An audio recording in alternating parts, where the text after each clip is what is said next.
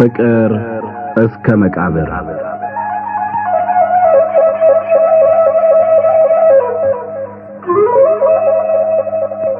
ደራሲ ሐዲስ ዓለማየሁ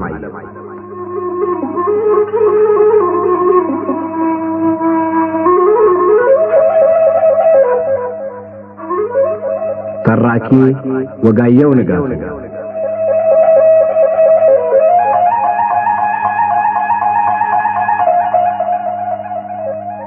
ፍቅር እስከ መቃብር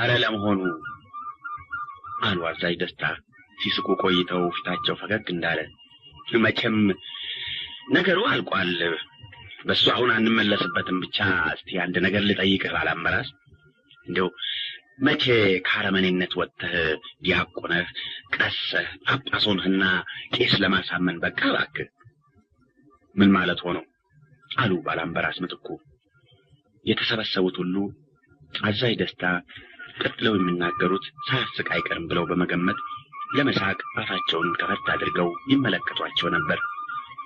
ለዚህ ጋብቻ ዋና ሰባኪው ቄሱ ፊት አውራሪ ነበር። አንተ በዚህ ጋብቻ የማታምን ዋና ተቃዋሚ አረመኔ ነበር።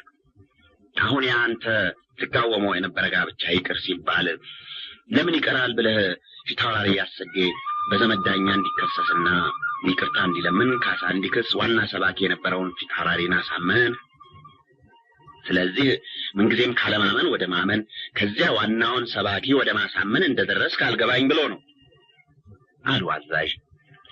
ምሳሌው ለዚህ ነገር የሚሆን አልነበረም አይገጥምም አዛዥ ለሌላ ጊዜ የሚሆነውን እንዲያው በከንቱ አባከኑት አሉ ባላምበራስ እየሳቁ። የተሰበሰቡትም አብረው ሳቁ። ጋብቻውን አሁንም ቢሆን እቃወማለሁ እኛ አፍርሰነው ካሳ እንኳን የሚቆረጥብን ቢሆን ብንከፍል እመርጣለሁ። ብቻ አሁን የጋብቻው ጉዳይ ቀርቶ የምንነጋገርበት የክብር ጉዳይ ነው። ፊት አውራሪ ያሰገ ክብራችንን ስለነኩ ስለደፈሩን ስለሰደቡን እንዲሁ እንደደፈሩን ራሳቸውን ከኛ በላይ ከፍ እንዳደረጉ ይሄዱ ወይስ ቆጥተን ራሳቸውን ከጉልበታችን በታች ዝቅ አድርገው እንዳዋረዱን ተዋርደው ማሩኝ እንዲሉን አድርጋቸው? ይህ ነው ጉዳዩ። ጋብቻው አይደለም። ጋብቻቸውን አልፈቅደውም። ድፍረታቸውንና ስድባቸውን ግን የበለጠ ጠለዋለሁ። ስለዚህ ነው ካሳ ከሰው ይቅርታ ይለምኑን የምለው። ጋብቻቸውን ስለወደድኩ አይደለም። ቆየኝ እባክህ አሉ አዛዥ ደስታ። እስቲ ቆየኝ አንድ ነገር ልጠይቅህ። ደፍሮናል ሰድቦናልና ይቅርታ ይለምነን ይካሰን የምትለው ልጃችንን ለምኖ እኛን እሺ ካሰኘ በኋላ መልሶ አላገባም ስላለ አይደለም? ልክ ነው። መልካም እንግዲህ አንተ እንደምትለው ራስን ከጉልበታችን በታች ዝቅ አድርገህ ተዋርደህ ማሩኝ በለን ካሳ ካሰን ስንለው ይህን ከማደርግስ ልጃችሁን ማግባት ይሻለኛል ያለ እንደሆነሳ ያን የጠላኸውን ጋብቻ በካሳና በይቅርታ ልመና አስፈራርተህ አመጣኸው ማለት አይደለም? እኛ በፈለግነው መንገድ የሚያገባ ከሆነ ሌላ ምን እንፈልጋለን? አሉ ፊት አውራሪ መሸሻ አቋርጠው። የለም እንደሱ አይደለም ይቅር ይበሉኝ ፊት አውራሪ አሉ ባላምበራስ ፊት አውራሪን በማስተባበላቸው ከፈገግታ ጋር ራሳቸውን ትንሽ ዝቅ በማድረግ የይቅርታ ልመና ምልክት አሳይተው። ይቅርታ ከምለምንና ከምክስ ልጃችሁን አገባለሁ እንደማይሉ ስለማውቅ ነው። እንዴት ታውቃለህ? እኒህ ዶሮቼ እንዲህ ታናናሾች ሆነው ከሩቅ ይሰማሉ አሉ ባላምበራስ ሁለት ጆሮዎቻቸውን ይዘው እየሳቁ። ምን እኮ ነው የሰማኸው? ጉራህን አቆይና የሰማኸውን ንገረን። ፊት አውራሪ ያሰገ እንደፈለጉት ልጃችንን በፈትነት የማንጽፋቸው ከሆነ ካሳ ክሰው ይቅርታ ለምነው ውሉን ለማፍረስ የወሰኑ መሆናቸውን ከታመነ ሰው ሰምቻለሁ። ልጃችንን በፈትነት ካልሰጠነው ውሉን ማፍረሱን ላንተ የነገረህን የታመነ ሰው ፍለጋ ሳንሄድ መላእክተኞቹ ነግረውናል። ይቅርታ የሚለምንና ካሳ የሚክስ መሆኑን ግን አልነገሩም። አንተ እንደምትለው ካሳ ክሳለሁ፣ ይቅርታ ለምናለሁ የሚል ከሆነ መላእክተኞቹ ለምን አልነገሩን? ፊታውራሪ አሰጌ የወሰኑት ይህ መሆኑን አውቃለሁ አልኩ እንጂ መላእክተኞቹ ለምን እንዳልነገሩን አውቃለሁ አላልኩም። ወዲያውም መላእክተኞች የይቅርታ ልመናና የካሳ ነገር አለመንሳታቸው ለኛ የሚበጅ ነው እንጂ የሚከፋ አይደለም። እውት እንግዲህ ይህም የሚሸሽበት ቀዳዳ ሲቆፍር አሉ አዛዥ ባላምበራስ ምትኩ። መንገዳቸውን ለመለወጥ ሲሞክሩ ስላዩ እንዳሸነፉ ቆጥረውት ደስ ብሏቸው፣ የምሸሽ አይምሰሉ አዛዥ፣ አልሸሽም። የተወሰነው ውሳኔ አሁን ያሉት መሆኑን አውቃለሁ። መላእክተኞቹ ከተላኩት አንዱን ክፍል ተናግረው ሌላውን ያልተናገሩበትን ምክንያት ግን አላውቅም። ብቻ የካሳውንና የይቅርታ ልመናውን ክፍል ምንም ቢላኩ አለመናገራቸው ለኛ በጀ ያልሁበትን ምክንያት ላስረዳ። ደግሞ ስትያዝ ይህን ጥለህ ሌላ መሸሻ ፍለጋ ላትሄድ ውል እናድርግና ተናገር አሉ አዛዥ እየሳቁ። ቀልዱን ለሌላ ጊዜ እናቆየው አዛዥ፣ አሁን የጀመርነውን ቁም ነገር እንጨርስ። ፊታውራሪ አሰጌ ካሳ ለመካስና ይቅርታ ለመለመን የወሰኑትን መላእክተኞች እንደተላኩት ቢነግሩን ኖሮ ምንም በደለኛ ከመባል ጨርሰው ነፃ ሊወጡ አይችሉም። ባይሆንም በደለኝነታቸውን ራሳቸው ተረድተው ሳይገደዱ እከሳለሁ፣ ይቅርታ ለምናለሁ ማለታቸው የጨዋ ልጅ ለመሆናቸውና ባለጌ ላለመሆናቸው ምስክር ሆኖ ያስመሰግናቸው ነበር። ለእኛም እንደተደፈሩ አልቀሩም፣ አስገድደው ካሳ ተካሱ፣ ይቅርታ ተለመኑ መባሉ ይቀርብን ነበር። አሁን ግን ፊታውራሪ አሰጌ ሊያደርጉት አስቀድመው የወሰኑትን በመላእክተኞቻቸው ጉድለት አስገድደን አፍንጫቸውን ይዘን ያስደረግናቸው መስሎ ሊታይ ነው። ስለዚህ ነገሩ ጥሩ መንገድ ይዟል። መቼም ለኛ አስገድደው ካሳ ተካሱ፣ ይቅርታ ተለመኑ መባሉ እንደሚሻል አይጠረጠርም። ብቻ ብለው ቀኛዝማች አካሉ ሊናገሩ ያሰቡትን ሳይጨርሱ እንደሱ ማለቴ ነው አሉ ባላምበራስ። ቀኛዝማች አካሉ በቃል ሌሎቹም በልዩ ልዩ ምልክት ከሳቸው ጋር መስማማታቸውን ሲገልጹ ስላዩ ጥርሳቸው ብቻ ሳይሆን ፊታቸው ሁሉ በደስታ ስቆ የምለውን አሁን አስተዋሉ አዛዥ አሉ። ቀጠሉና ለእሱ እንደሚመስሉ ፊት ጠላው የነበረው ጋብቻ እንዳይፈርስ አይደለም ፊታውራሪ አሰጌን በዳኛ አስገድደን ካሳ እንዲክሱንና ይቅርታ እንዲለምኑን እናድርጋቸው የምለው። የምንጠራው የጋብቻ ውል ፈርሶ ወዲያው ካሳ ተከሰንና ይቅርታ ተለምነን በዚያ ላይ ደግሞ የምንለመነው ይቅርታና የምንካሰው ካሳ በውድ ሳይሆን በግድ ያስደረግነው ሆኖ እንዲታይ ነው እኔ የፈለኩት። የጋብቻው ውል እንዲታደስ አይደለም።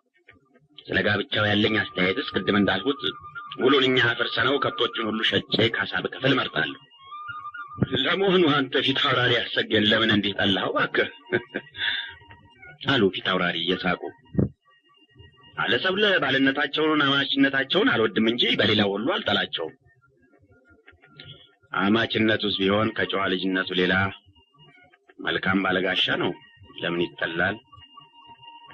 አሉ ፊታውራሪ በትካዜ መልክ።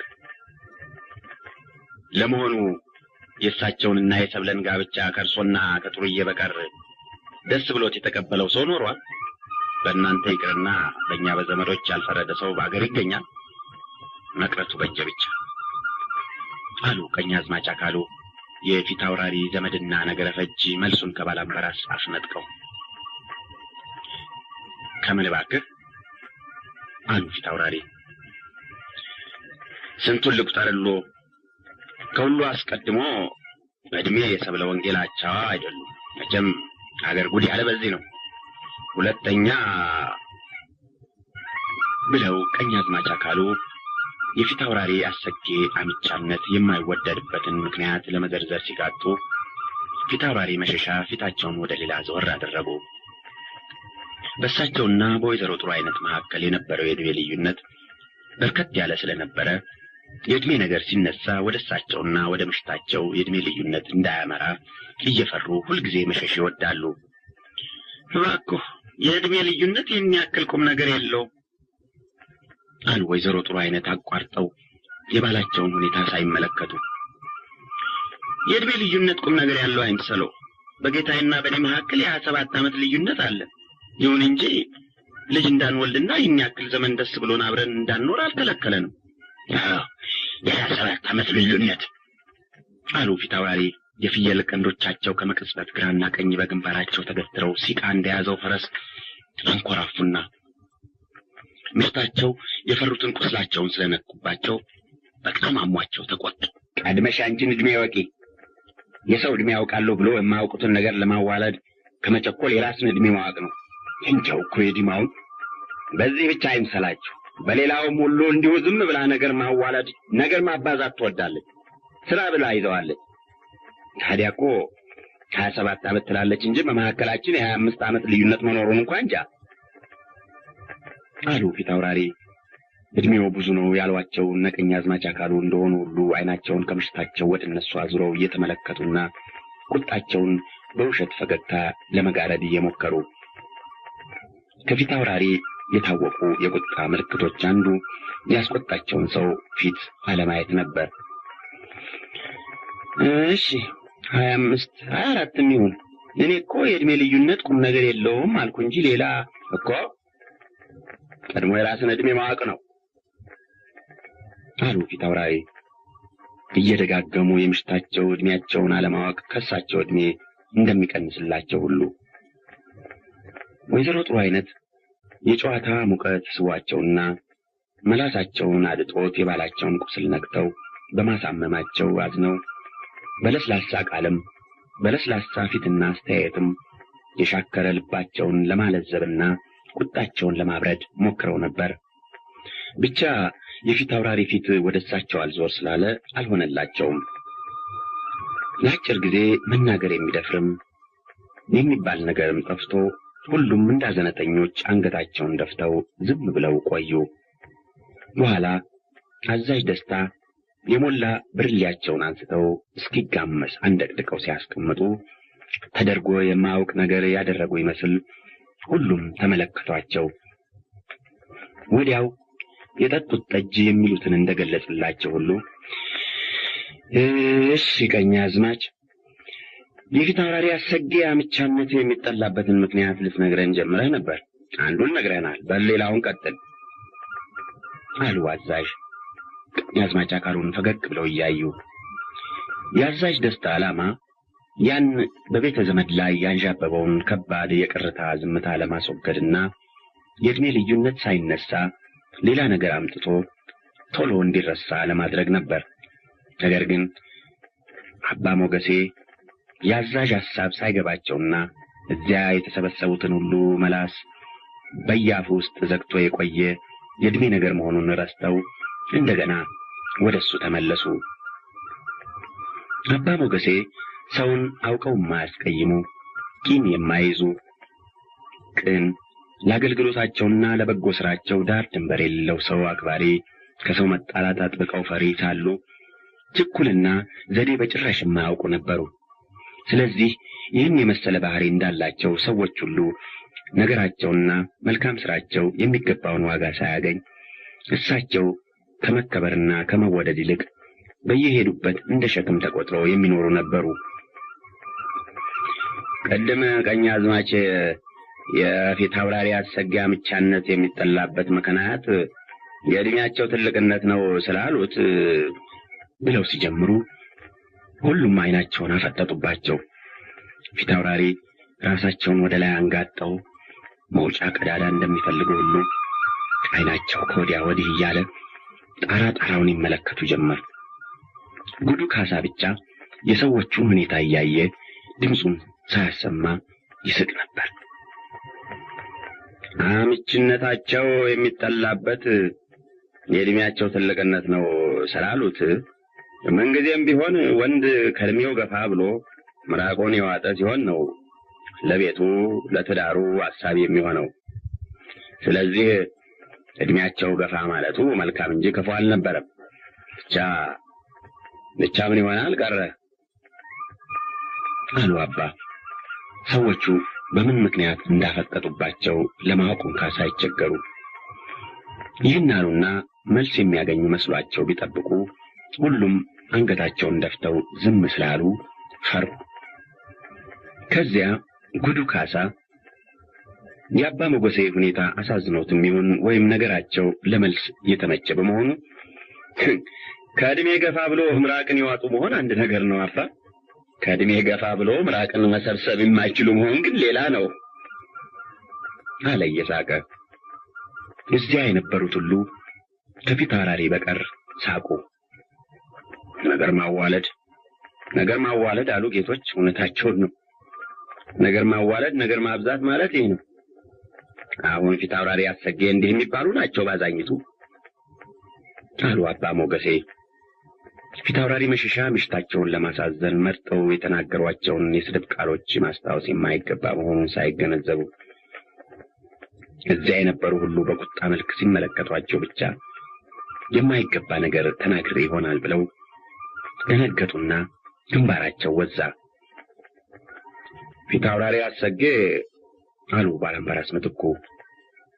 ለአባ ሞገሴ መዘባረቅ መንገድ የሰጠው የነሱ ዝም ማለት መሆኑን በመረዳት እንዳይናገሩ ለማድረግ የፊት አውራሪ አሰጌ አንዱ ዋና በሽታ ያዩዋትን መልከከና ሁሉ ላግባሽ ማለታቸው ነው።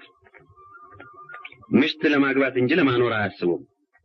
ለብሳ ተቋቁላ ያዩዋትን ሁሉ ላግባሽ ሲሉ ሲያገቡ ሲፈቱ ዛሬ በቢቸና በማዕረግ ስማቸው መጠራታቸው ቀርቶ ላግባሽ አሰጌ የሚባል ስም ወጥቶላቸዋል።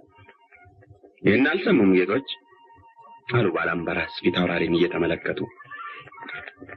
አልሰማሁም አሉ ፊት አውራሪ እንዳኮረፈ ሕፃን ሲናገሩ አፋቸውን እንደሚበቃ ሳይከፍቱ።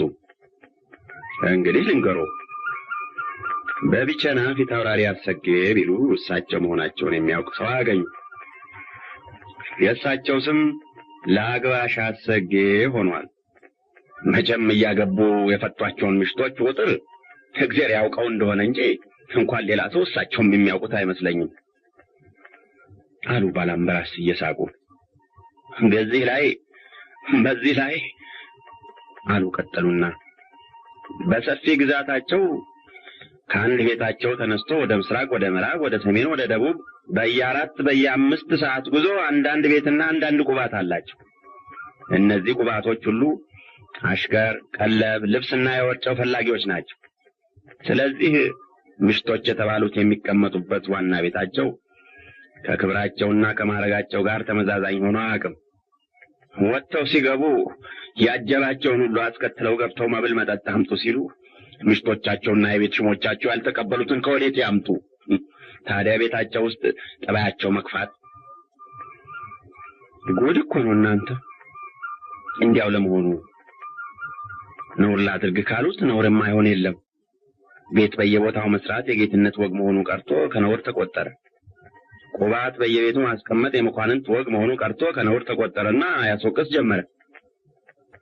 እንግዲህ ነውር ያልሆነው ከቶ ምን ይሆን አሉ ፊት አውራሪ ምሽታቸው በተናገሩት ከተቆጡ ጀምሮ አፋቸውን ሞልተው ሳይናገሩ ከቆዩ በኋላ።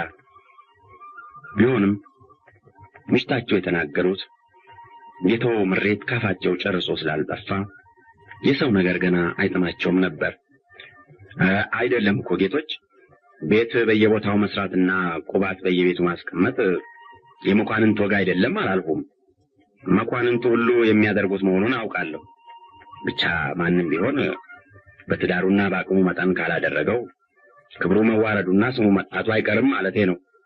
በሳቸው የደረሰ ይሄ ነው ደግሞ አሉና ባላምባራስ ሊቀጥሉ ሲሉ እባክህ ድሮንም ስም የሌለው የሰው ስም ማጥፋቱ፣ ክብር የሌለው የሰው ክብር ማዋረዱ አዲስ አይደለም፣ የተለመደ ነው ሲሉ ፊት አውራሪ ምሽታቸው ከት ብለው ሳቁ።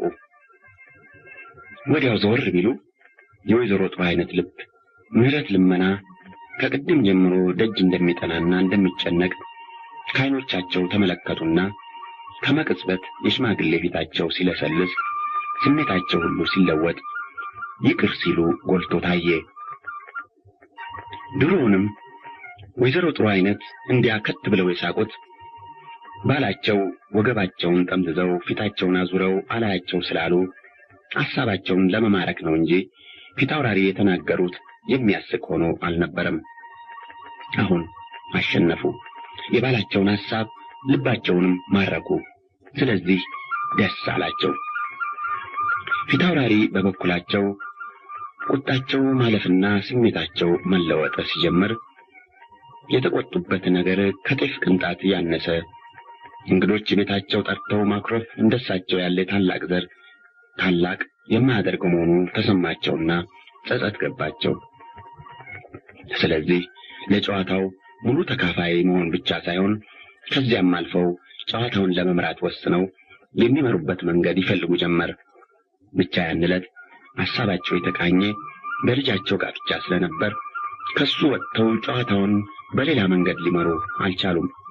እሱም ከጀምሮ እስኪጨርስ ደስ የሚያሰኝ ነገር የሌለበት ስለሆነ አዙሮ እቅርታ ላይ ይጥላቸው ነበር።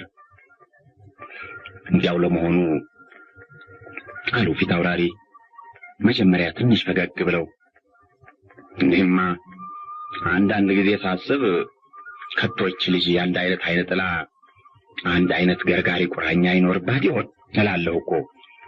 ደህና የባላባት ልጆች ይቀርቡና ተመልሰው ይሸሻሉ። ያን ጊዜ የቆለላው የደጃች በዛብህ ልጅ ለምኖን እኛም እሺ ብለን ድግስ መደገስ ስንጀምር ያው እንደምታውቁት ቀረ። ቀጥሎ የመጫው የፊታውራሪ ጀንበሬ ልጅ ለምኖን እኛም እሺ ብለን ያው እንደምታውቁት በአምባጓሮ ሞተ። አሁን ደግሞ ይሄ ተሰምቶ የማይታወቅ ነገር አሳፍሬ አስከብሬ ከልፍኝ ሳላስወጣ የሰደኳትን ልጃገረቱን ልጅን በልጃገረድ ወግ አላገባም ብሎ ይሄው ውላ ፈረሰ። እንዲያው ድንገት እንደው ገርጋሪ ቁራኛ ይኖርባት እንደሆነ እንጂ እንዴት በደህና የገበሮች ልጆች ያላጡትን የኔ ልጅ የብዙ መሳፍንትና የብዙ ነገስታት ልጅ ባልትጣ። ጆሮ ለባለቤቱ ሩቅ ነው የሚባለውን ተረት ያውቁታል ፊታውራሪ? አለ ጉዱ ካሳ ትንሽ እንደመሳቅ ብሎ። እንዴት? አሉ ፊታውራሪ። ጆሮ ስለ ባለቤቱና በዙሪያው ስላሉት ማለት ስለ ቤተሰቡ የሚባለውን የሚሰማው በሩቅ ያሉት ሰምተው ከጨረሱ በኋላ ነው ማለት ነው። ታዲያ ሐሰት አይምሰላችሁ፣ እውነት ነው አለ የተቀመጡትን ሁሉ በዓይኑ አዙሮ ገረፈና። እንዴት እኮ ምን ማለት ነው? አሉ ፊታውራሪ። ሰብለ ወንጌል ባል እንዳታገባ ብርቱ ገርጋሪ የተቆራኛት መሆኑን ሀገር በሙሉ ብዙ ዓመት አውግቶ ከጨረሰውና ከተረሳ በኋላ አሁን እርሱ አዲስ ጥያቄ አድርጎ ማምጣቱ በጭብ ብርቱ ገርጋሪ የተቆራኛት መሆኑን ነው ሀገር አውግቶ የጨረሰው አሉ በተሰበረ ድምፅ። እንዴታ ብርቱ ገርጋሪ የተቆራኛት መሆኑን? አለ ጉዱ ካሳ። በሞትኩት ወዴት ነው ያለን? ጉዳችንን የማንሰማ በዘመድ በወዳጅ መካከል ያለን ሲመስለን ለካ በአዳራዊት መካከል ነው የምንኖር አሉ ወይዘሮ ጥሩ አይነት። አዎ አትሞችም እንጂ በሞትሽስ ሁላችሁም ብትሞቱስ ደህና ነበር። ወዴት ነው የምንኖረው ያልሽው ጥሩ ጥያቄ ነው። እናንተ ሁለታችሁ ወዴት እንደምትኖሩ እኔ ልንገርሽ አለ ጉዱ ካሳ አሁንም እየሳቀ። እናንተ ሁለታችሁ ፊታውራሪና አንቺ ከዛሬ 1000 ዓመት በፊት ባለፈ ዓለም የምትኖሩ ጉዶች ናችሁ ካለ በኋላ ጉዱ ለሱ የሰጡት ስም መሆኑ ትዝ ስላለው ፈገግ አለና ተቀማጮች መሳቃቸውን ለማየት አይኑን ዘወርወር አድርጎ ግድ የለም ስለዚህ አለ። ስለዚህ መቼም ለጉድ ጉዱን በዘወርታ ካልሆነ ፊት ለፊት ገልጾ የሚነግር የለም። ዞር አድርጎ ቢነግሯችሁም የምትሰሙ አይደላችሁ። ይኸውልሽ እንግዲህ ነገሩ ይሄ ነው። ጉዱ ካሳ የተናገረው ለማንም አልገባውም። ይሁንና እንዴት ያለ ገርጋሪ ነው ይባላል? ልጅን የተቆራኛት ሰይጣን ነው ወይስ? አሉ ፊታውራሪ አይኖቻቸውን ባሞልተው። ወይዘሮ ጥሩ አይነት ያለቅሱ ጀመር። ሰይጣን ነው እንጂ ያውም የረቀቀ የተደበቀ ሰይጣን አይደለም። ስጋ የለበሰ ግዙፍ ጋኔን ነው። ያ ቀንዳሙ ጢማሙ ጋኔን ከነጭፍሮቹ ነው እህቴን የተቆራኛት።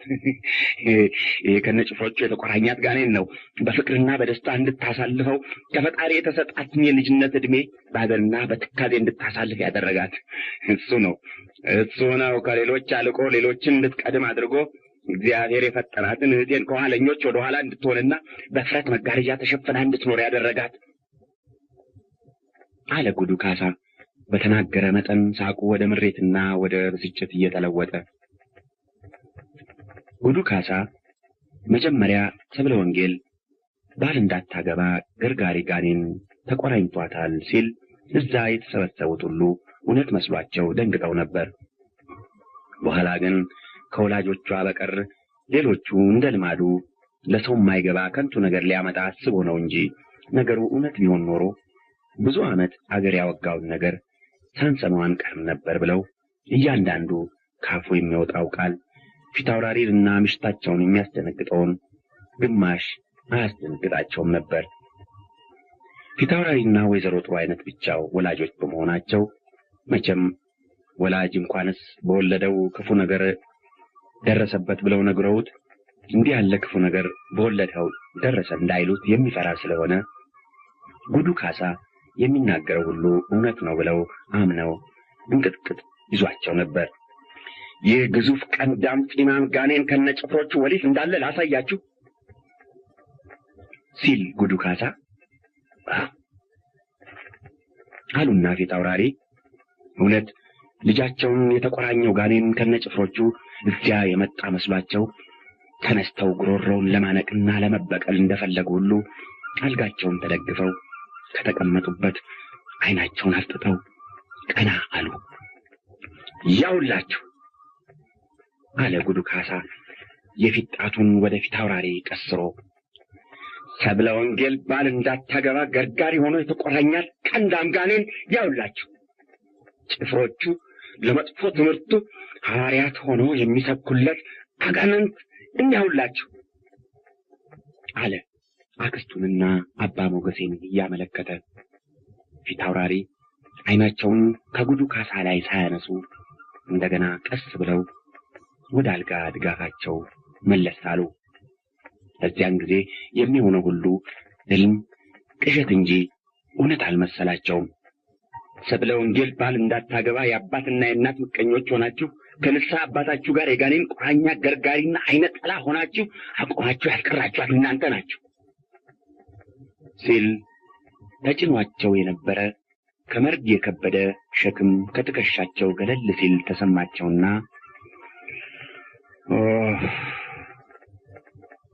አሉ ፊት አውራሪ ነፋስ ሞልቶ ቆይቶ እንደሚተነፍስ ማናፊያ። በል ዝም በል በቃ። ያልሰማነው መርዶ አረዳህን መስሎን ነበር እንጂ የተጨነቅንና ያለቀስ የእኛን እምነትና የእኛን አስተያየት ከሆነ በጋኔን ቁራኛና በአይነት ላይ መሰልኸው እሱን የጠየቀ የለም አሉ ወይዘሮ ጥሩ አይነት የታላቅ እህታቸውን ልጅ። ጥሩ አንድ ነገር ረሳሽ እኮ ጉዱ ካሳ መሆኔን ረሳሽ። የእናንተ ጉድ የእናንተ እብድ አይደለሁም እንዴ? እብድን ፍርድ እንዲሰጥ የሚጠይቀውም ፍርድ እንዳይሰጥ የሚከለክለውም የለም እኮ። የምናገረውን አትስሙት። ስናገር እንደ ልማዳችሁ ጆሮአችሁን ድፈኑ። መናገር ግን የጉድነት የእብድነት መርፌ ነው። ስለዚህ እንደ እብዶቹ እናገራለሁ፣ አታቋጭኝ። አንቺም ብትሆኚ ወይም ሌሎች እኔ ስናገር የተናገራችሁ እንደሆነ ከጉድ ጋር የተናገረ ጉድ፣ ከእብድ ጋር የተናገረ እብድ መባሉን አትርሱ አለና ጉዱ ካሳ ነገሩን ቀጠለ። ቅድም እንዳልሁት የአባትና የእናት ምቀኞች ሆናችሁ ሰብለን አቁማችሁ ያስቀራችኋት እናንተ ወላጆቿ ናችሁ። ከመኳንንት ልጅ ሰብለ ወንጌልን ለማግባት ደጅ ያልጠናና ተንበርክኮ ያልሄደ ማን ነው? እንኳን ያያት ከሩቅ ወሬዋን የሰማ ብዙ ቀን ተጉዞ እዚህ ያልተንገላታ ማን ነው? ነገር ግን እናንተ እንደ ውሻ አጥንትና ደም ስታሸቱ ይኸው አቁማችሁ አስቀራችኋል። ለመሆኑ እንደኔ እብድ ያልሆነ ጭምት ቢጠይቃችሁ የእናንተ አጥንትና ደም ከሌሎቹ ልዩ የሆነበት በምንድን ነው? የእናንተ ደም ስትሞቱ አይቆምም፣ አያልቅም፣ አይቀርም። የእናንተ ስጋ አይፈርስም፣ አይበሰብስም፣ አይጠላም፣ አይገማም። የእናንተ አጥንት አይነቅዝም፣ አይሰበርም፣ አፈር አይሆንም። በእናንተ ዘንድ ድህነትን ታግሎ ጥሎ በላቡ በድካሙ በደሙ ጌትነትን የሚማርክ ጌትነትን ፈጥሮ ለራሱ የሚያደርግ ብርቱ ጎበዝ ጀግና ዋጋ የለውም፣ ከአፈር እንደፈላ አባት የለሽ ይባላል። እንዲህ ያለው ጎበዝ በእናንተ ዘንድ የሚንቁት የሚጸየፉት ነው። እንዲህ ያለው ጀግና ልጃችሁን ላግባ ብሎ የለመነ እንደሆነ ለእናንተ እንደ ትልቅ ውርደት እንደ ትልቅ ሞት የሚቆጠር ነው። በእናንተ ዘንድ ዋጋ የሚሰጠው ተለምኖ ልጅ ሊዳርለት የሚገባው ሳይወጣ ሳይወርድ ሳይነድ ሳይበርድ የወላጆቹን ሞት ጠብቆ ለወላጆቹ ሞት ተስሎ ሀብታቸውን የሚወርስ ቢያጣ ተቀምጦ የሚያለቅስና እግዚአብሔርን የሚወቅስ ሰነፍ ነው። እንዲህ ያለ ሰነፍ እንዲህ ያለ ለአባት ለእናቱ ሞት ለማኝና በሰው ሀብት የሚኖር ካልተገኘ በራሱ ሀብት ለሚኖር ልጃችንን አንሰጥም ብላችሁ ያው አቁማችሁ አስቀራችኋል። አሁን ቢሆን ሰብለ ወንጌል እድሏ የሚቀና አንድም እናንተ የተጣጣችሁና ይህን ከንቱ ሀሳባችሁን የለወጣችሁ እንደሆነ ያለዚያም ተያይዛችሁ ያለቃችሁላት እንደሆነ ብቻ ነው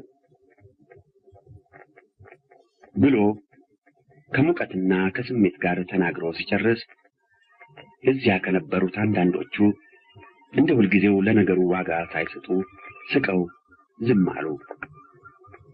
ሌሎቹ የታላቆች ዘር ሆኖ ከዘር የሚወረስን ታላቅነት እንዲያድርጎ ማኮሰሱ የአእምሮን ጎዶሎነት የሚያረጋግጥ ስለሆነ አዝነው ከንፈራቸውን ሲመጡ ይሰሙ ነበር። ፊታውራሪ በበኩላቸው ምንም እንኳን የምሽታቸው የታላቅት ልጅ ያወረደባቸው ዘለፋና ስድብ በቅርብ የሚገኝ ቁጣቸውንና ኩርፊያቸውን ለማምጣት ከሚበቃ በላይ ቢሆን ልጃቸውን ተቆራኝቷታል የተባለው የእውነተኛ ጋኔን መስሏቸው በድን ሆነው ሳለ በመጨረሻ ጋኔኑ ራሳቸው መሆናቸውን ስላወቁ ዘለፋውን ደስታቸው አሸንፎ ከሚስቁት ጋር አብረው ይስቁ ጀመር። እግሩ የዲማውን የለውም እኮ ጋኔን ተቆራኝቷታል ሲሉ እውነት መስሎኝ እኮ ጭራሽ በድን ሆንኩ። ኧረ ለመሆኑ እኔንና ጥሩዬን ጉዶች ያልህን አንተ ምን ልትባል ነው? ጉዱም ቀንዳሙ ጋኔንም አንተ ነህ የዲማውን አሉና ፊት አውራሪ ከልባቸው ሲስቁ ከወይዘሮ ጥሩ አይነት በቀር ሁሉም ይስቁ ጀመር። ጉዱ ካሳ ነገሩን አቃለውና እንዲሁ ስቀው ከሚያልፉት ስድቡም ዘለፋውም አሟቸው ከንክኗቸው መልሰው ቢሰድቡት ቢመቱት እንኳ በጣም ደስ ባለው ነበር። ነገር ግን እንደ ሁልጊዜው የተናገረው አልጣማቸው ወይ አልመረራቸው። እንዲሁ ስቀውና ከንፈራቸውን መጠው ዝም አሉ። እሱም እንደ ዘወትሩ ለጊዜው ተቆጥቶ ሄደ።